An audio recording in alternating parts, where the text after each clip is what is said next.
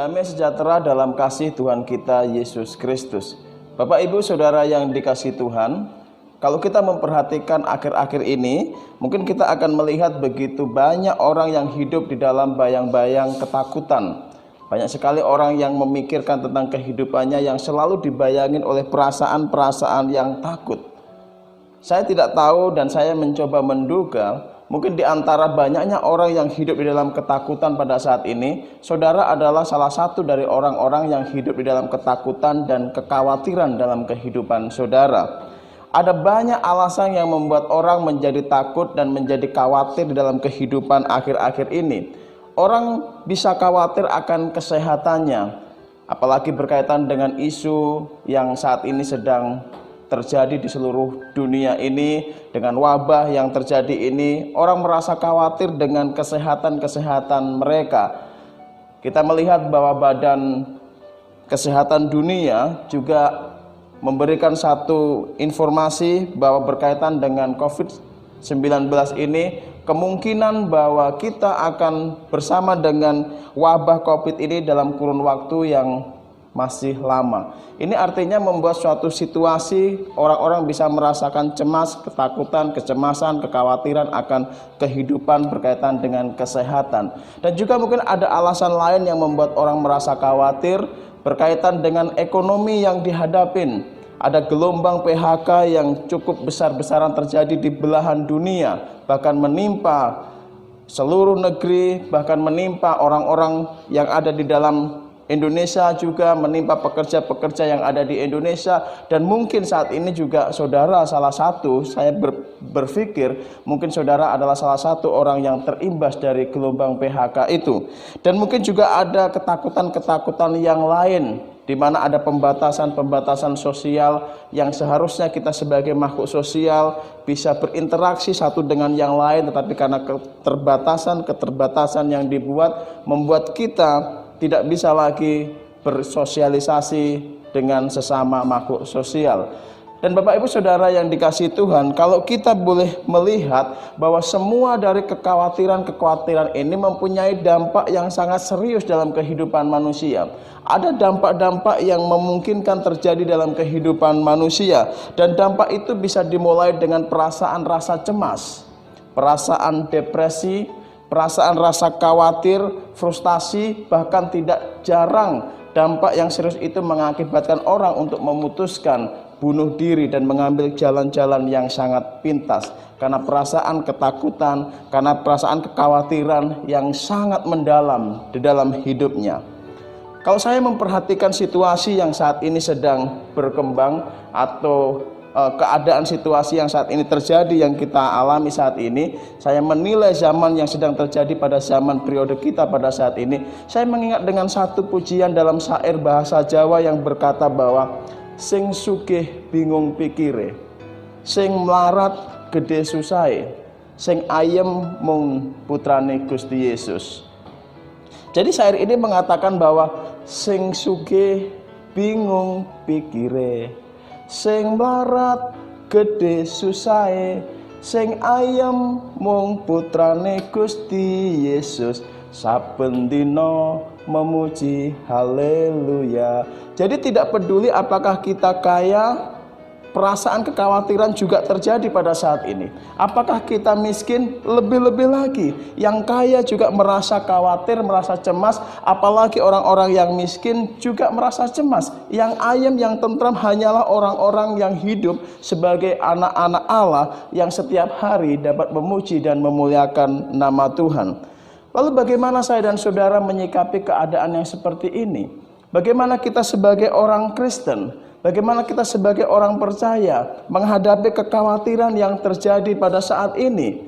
Oleh sebab itu saya ingin mengajak saudara untuk melihat apa yang dikatakan oleh Tuhan Yesus kepada murid-muridnya ketika berbicara tentang kekhawatiran. Saudara perhatikan di Alkitab saudara, di dalam Lukas pasal yang ke-12 ayat 22 sampai dengan ayat yang ke-34.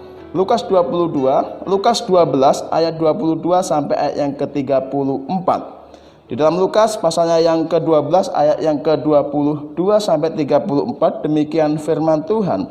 Yesus berkata kepada muridnya, Karena itu aku berkata kepadamu, janganlah khawatir akan hidupmu, akan apa yang hendak kamu makan, dan jangan khawatir pula akan tubuhmu, akan apa yang hendak kamu pakai, sebab hidup itu lebih penting daripada makanan, dan tubuh itu lebih penting daripada pakaian. Perhatikanlah burung-burung gagak yang tidak menabur dan tidak menuai, dan tidak mempunyai gudang atau lumbung, namun dipelihara, diberi makan oleh Allah. Betapa jauhnya kamu melebihi burung-burung itu.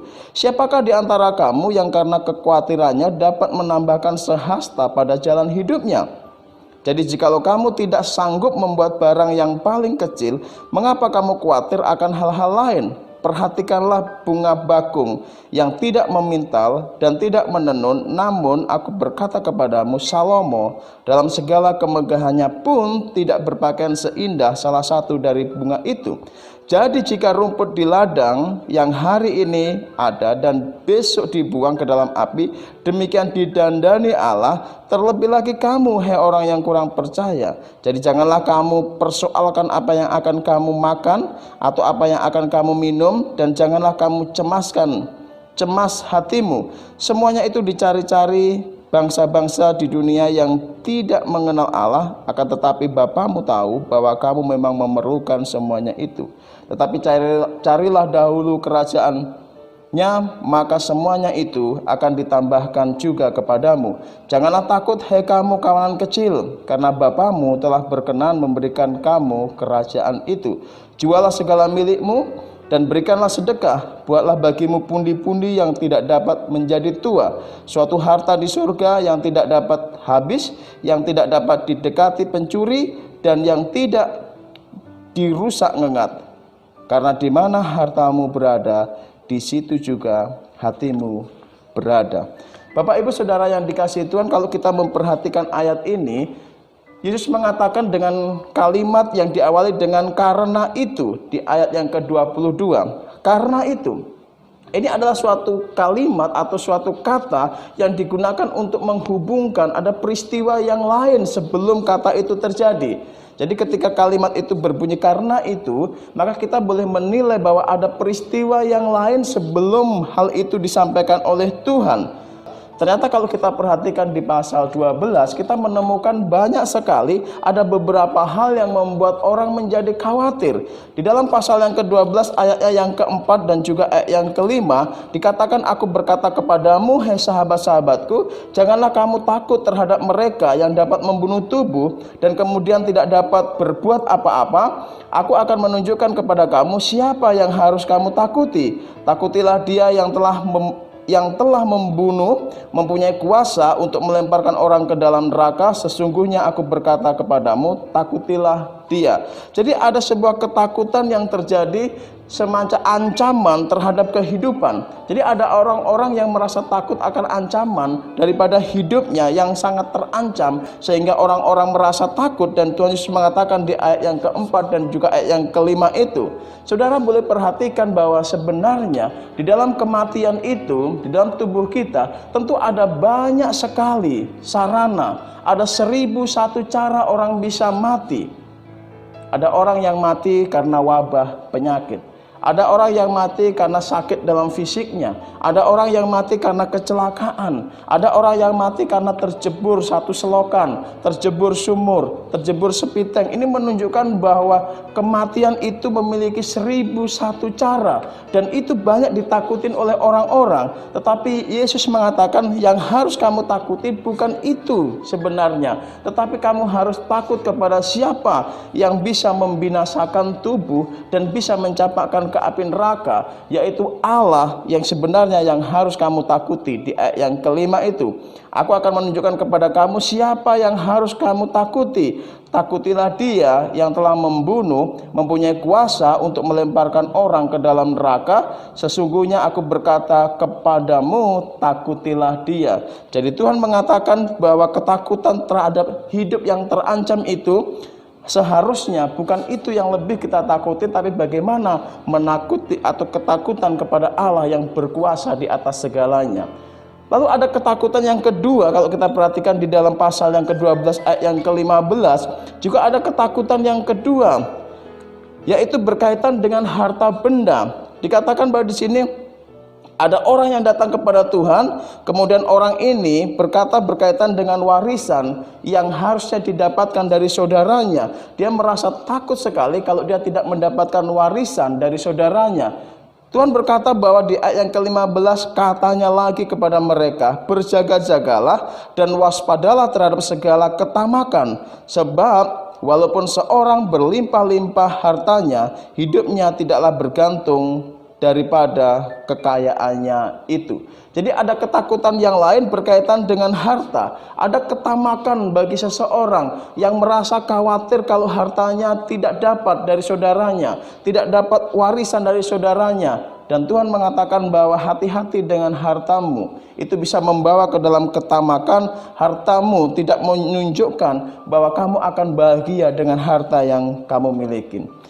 Oleh sebab itu kalau kita memperhatikan di ayat yang ke-22 baru kita menemukan, karena itu Tuhan menasihatkan kepada para muridnya, engkau melihat ada orang yang ketakutan karena hidupnya, engkau melihat ada orang yang ketakutan karena hartanya, karena takut tidak mendapatkan warisan dari saudaranya, dan karena itu aku menasihatkan kepada kamu, dikatakan karena itu aku berkata kepadamu, janganlah khawatir akan hidupmu, akan apa yang hendak kamu makan, dan jangan khawatir pula akan tubuhmu, akan apa yang hendak kamu pakai.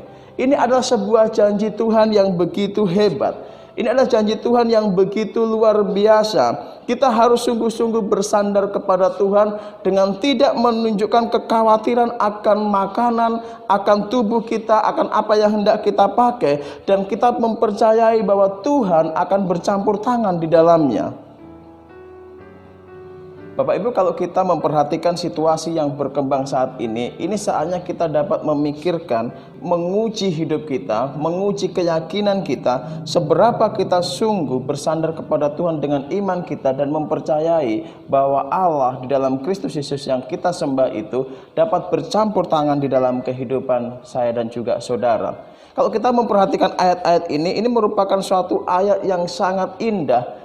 Ayat yang begitu luar biasa memberikan sepenggal pengharapan, sebuah janji-janji yang dikatakan oleh Tuhan di tengah situasi kekhawatiran yang mungkin kita alami saat ini. Tuhan mengatakan jangan kamu khawatir akan hidupmu, akan apa yang akan engkau makan, engkau minum, dan jangan khawatir akan hidupmu, akan apa yang akan engkau pakai. Tuhan juga mengatakan bahwa lihat burung-burung gagak, dia tidak menabur, dia tidak memiliki lumbung, dia tidak memiliki bekal apa-apa, tetapi dipelihara oleh Bapamu di surga. Engkau lebih berharga dari burung-burung itu. Tuhan juga mengatakan bahwa lihat bunga bakung, dia tidak menenun, dia tidak merancang busananya, dia tidak mendandani dirinya, tetapi dia didandanin oleh Tuhan sedemikian rupa. Bahkan Salomo yang katanya memiliki kemegahan yang begitu, tidak sebanding dengan salah satu dari bunga bakung yang didandani oleh Tuhan. Lihat rumput di ladang itu yang umurnya sangat sederhana. Mungkin pagi ini dia tumbuh, mungkin nanti sore dia sudah dibuang, dicampakkan ke dalam api. Tapi Tuhan mendandani sedemikian rupa, sedemikian indah. Pasti itu Bapamu di surga juga akan memelihara kamu sebagai anak-anak yang dikasihinya. Bahkan di ayat 30 kalau kita perhatikan, semuanya itu dicari bangsa-bangsa di dunia yang tidak mengenal Allah, akan tetapi Bapamu tahu bahwa kamu memang memerlukan semuanya itu. Jadi ini adalah suatu penggalan penghiburan yang sangat baik untuk kita. Penggalan penghiburan yang begitu baik untuk saya dan saudara di tengah situasi yang mungkin kita khawatirkan selama ini, yang mungkin kita khawatirkan dalam kehidupan kita. Ada kekhawatiran-kekhawatiran yang muncul, tetapi ada janji yang begitu hebat. Tuhan berjanji bahwa Dia tidak meninggalkan kita karena Dia tahu apa yang sedang kita perlukan. Saya ingin mengajak saudara untuk memahami kalimat ini dengan baik.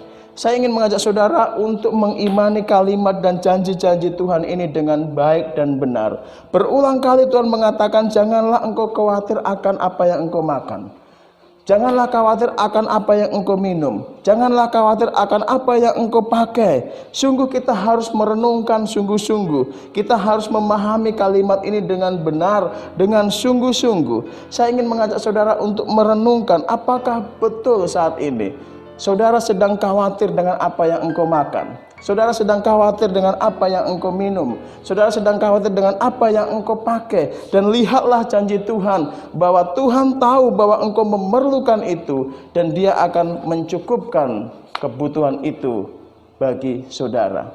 Mari kita renungkan kalimat ini sungguh-sungguh. Mari kita pahami kata ini dengan sungguh-sungguh. Yang pertama, kalau memang saudara adalah orang yang saat ini bergumul dan betul-betul saudara khawatir dengan hal-hal tentang kehidupan saudara berkaitan dengan makanan, berkaitan dengan minuman, berkaitan dengan pakaian yang saudara pakai, saudara yakinlah bahwa Allah, Tuhan kita Yesus Kristus, melalui janjinya, Dia akan melalui caranya, Dia akan memelihara hidup saudara. Melalui caranya yang ajaib, yang tidak akan pernah saudara duga, Dia akan memelihara hidup saudara. Karena itu adalah janji yang disampaikan kepada saya dan juga saudara. Saudara perhatikan bahwa sebagai contoh saya katakan bahwa Tuhan akan memiliki cara yang unik, yang sangat berbeda dari keluarga yang satu dengan keluarga yang lain. Mungkin ketika Tuhan memelihara keluarga A, berbeda dengan cara Tuhan memelihara keluarga B, berbeda dengan cara Tuhan memelihara keluarga C, walaupun keluarga A, keluarga B, dan keluarga C memiliki pergumulan yang sama akan kebutuhan, akan hidupnya, tetapi lihat bagaimana Tuhan memiliki cara-cara yang unik dan pasti akan memelihara kehidupan saudara. Karena ini adalah janji yang disampaikan. Karena ini adalah suatu janji yang diucapkan. Tidak mungkin hal ini tidak ditepatin. Karena Allah yang berjanji. Karena Tuhan yang berjanji kepada murid-muridnya, Dia akan menepati janji itu. Apakah saudara akan berserah kepada Dia? Apakah kekhawatiranmu itu akan kau serahkan di hadapan Tuhan? Tidak ada sesuatu pun kekhawatiran kita yang menambah sesuatu hal yang lebih baik, dikatakan ayat yang ke-25. Siapakah di antara kamu yang karena kekhawatirannya dapat menambahkan sehasta pada jalan hidupnya? Jelas tidak ada sesuatu pun yang membuat kita menjadi lebih baik dengan kekhawatiran yang kita miliki. Tapi yang harus kita pikirkan, bagaimana kita menyerahkan pergumulan itu kepada Tuhan, kehidupan kita kepada Tuhan, supaya Tuhan bercampur tangan di dalam hidup kita. Alkitab mengatakan bahwa di tengah situasi yang sangat sulit, pada zaman Elia ada peristiwa yang sangat sulit, orang tidak bisa makan, ada kekeringan yang begitu luar biasa sehingga orang tidak bisa mencari makanan. Bagaimana Allah memelihara Elia dengan burung gagak yang dikirim untuk memberkati Elia. Bagaimana Allah memberkati janda yang ada di Sarfat dengan buli-buli tepung dan juga minyak yang tidak pernah habis sampai dengan masa kekeringan itu, kelaparan itu yang melanda wilayah itu selesai. Itulah cara-cara Tuhan yang sangat unik, yang sangat berbeda. Artinya saudara harus beriman dengan sungguh-sungguh bagaimana Tuhan punya cara-cara yang berbeda untuk memelihara kehidupan saudara. Dengan caranya yang sangat unik, dengan caranya yang sangat berbeda. Ini adalah janji yang disampaikan oleh Tuhan Yesus. Saya tidak tahu bagaimana cara Tuhan memelihara kehidupan saya dari bahaya kelaparan. Saya tidak tahu bagaimana cara Tuhan memelihara kehidupan saudara, keluarga saudara dari bahaya kelaparan yang terjadi. Saya tidak mengerti bagaimana Tuhan bercampur tangan untuk memelihara kehidupan saudara dari bahaya keadaan yang terjadi, situasi saat ini yang terjadi. Mungkin saudara tidak dapat pekerjaan lagi, saya tidak tahu bagaimana cara. Tetapi janji Tuhan yang saya tahu, melalui caranya yang unik, Tuhan pasti akan memelihara kehidupan dan keluarga saudara. Harus kita imanin cara ini, karena ini adalah Alkitab yang berbicara. Oleh sebab itu Bapak Ibu Saudara, perlu kita mengerti, perlu kita imani. Yang harus kita lakukan adalah nikmati setiap cara Tuhan yang diberikan oleh Tuhan untuk memelihara kehidupanmu, dan gunakan berkat yang diberikan Tuhan itu dengan penuh tanggung jawab dalam kehidupan kita. Nikmati cara Tuhan yang diberikan Tuhan dalam kehidupan kita, dan gunakan berkat itu dengan penuh rasa tanggung jawab dalam kehidupan saya dan saudara. Ini penting sekali. Kalau saudara adalah orang yang saat ini bergumul dengan keadaan ekonomi, saudara tidak ada makanan, minuman, dan pakaian, percayalah bahwa Tuhan berjanji dengan caranya yang sangat unik, Dia akan bercampur tangan dan memberkati saudara, menolong saudara sesuai dengan apa yang saudara perlukan. Yang kedua, saudara, saya ingin saudara untuk merenungkan sungguh-sungguh, apakah betul saat ini saudara adalah orang yang sedang bergumul dengan kebutuhan jasmani, makanan, pakaian, dan juga minuman yang saudara tidak miliki di rumah saudara? Apakah betul situasi yang melanda saat ini membuat saudara bergumul karena sungguh-sungguh saudara tidak memiliki makanan, pakaian, dan minuman yang saudara miliki? Apakah betul saat itu yang saudara pergumulkan saat ini yang terjadi? Atau jangan-jangan kekhawatiran saudara tidak berkaitan dengan makanan dan minuman, tetapi kekhawatiran saudara berkaitan hal-hal yang lain yang sebenarnya tidak saudara perlukan? Bapak Ibu, saya menduga bahwa di antara kita mungkin tidak khawatir dengan hal-hal yang berkaitan dengan kebutuhan-kebutuhan kita, tapi sebenarnya mungkin kita sedang khawatir dengan hal-hal yang lain yang seharusnya itu bukan menjadi kebutuhan kita. Itu ada semacam keinginan kita. Mungkin kita berkata bahwa kalau makanan dan minuman dan pakaian kami tidak mengkhawatirkan, tetapi kami mengkhawatirkan bagaimana kami tidak bisa membayar tagihan ini, tagihan itu, dan segala macamnya. Nah, ini yang saya sampaikan bahwa berarti kekhawatiran saudara tidak berkaitan dengan hal-hal yang dijanjikan oleh Tuhan, berkaitan dengan makanan, pakaian, dan juga minuman, kebutuhan-kebutuhan pokok, tapi kekhawatiran saudara berkaitan dengan kebutuhan-kebutuhan yang lainnya. Jadi saya ingin katakan bahwa ini sungguh-sungguh saudara harus perhatikan. Alkitab mengatakan bahwa Tuhan akan tetapi di ayat 30, akan tetapi Bapamu tahu bahwa kamu memang memerlukan semuanya itu. Tuhan akan mencukupkan, Tuhan akan memberkati kita dengan apa yang kita perlukan. Tetapi ingat bahwa Tuhan mungkin tidak bercampur tangan dengan apa yang kita inginkan. Tuhan akan memberkati dengan apa yang kita perlukan sebagai kebutuhan, tetapi Tuhan jangan disalahkan jika Dia tidak bercampur tangan dengan apa yang kita inginkan. Oleh sebab itu, kalau rasanya tidak dijawab apa yang menjadi pergumulan harta saudara, tidak dijawab apa yang menjadi pergumulan persoalan-persoalan berkaitan dengan harta saudara, merasa saudara bahwa Tuhan tidak bercampur tangan dalam kehidupannya, memang Tuhan tidak menjanjikan sesuatu yang berkaitan dengan keinginan semata, tetapi Tuhan menjanjikan sesuatu yang berkaitan dengan kebutuhan hidup kita. Karena Tuhan berjanji untuk menolong kita, untuk mencukupkan kebutuhan kita dengan apa yang kita perlukan, tetapi Tuhan tidak berjanji untuk menolong, mencukupkan kebutuhan kita dengan apa yang kita inginkan. Ini harus saudara ingat betul-betul kalimat ini. Karena jika saudara sesuatu yang saudara inginkan menjadi pergumulan saudara, sebuah keinginan yang bukan sebuah kebutuhan akan hidupmu, ternyata Tuhan tidak menjawab hal itu, jangan salahkan Tuhan, karena memang Yesus tidak berjanji untuk menyelesaikan persoalan yang berkaitan dengan keinginan hidupmu. Tetapi jika Tuhan bercampur tangan menolong hal itu, bersyukurlah untuk hal itu ditolong oleh Tuhan. Jadi apa yang harus kita lakukan Bapak Ibu Saudara yang dikasihi Tuhan? Kalau ternyata bahwa kekhawatiran kita berkaitan bukan karena kebutuhan kita, tetapi karena keinginan kita semata, apa yang harus kita lakukan? Saya menasihatin saudara bahwa yang pertama yang harus saudara lakukan adalah saudara harus putuskan meminta hikmat Tuhan apa yang harus saudara lakukan berkaitan dengan keinginan hidupmu itu.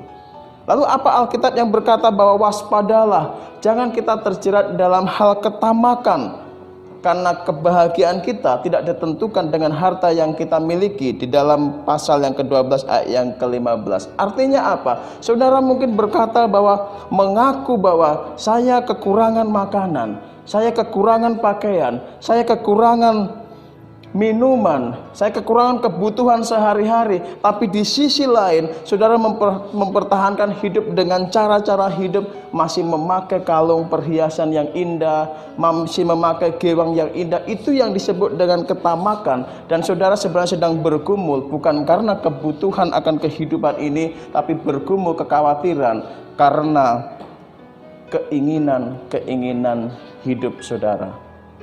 Lalu apa yang dikatakan juga dalam pasal yang ke-12 ayat 33 sampai 34, kalau memang hartamu, kalau memang kekayaanmu itu membuat dirimu lebih khawatir, menjadikan dirimu khawatir, apa yang Yesus katakan bahwa jualah itu, karena di mana hatimu berada, di mana hartamu berada, di situ hatimu berada. Ini yang Alkitab katakan.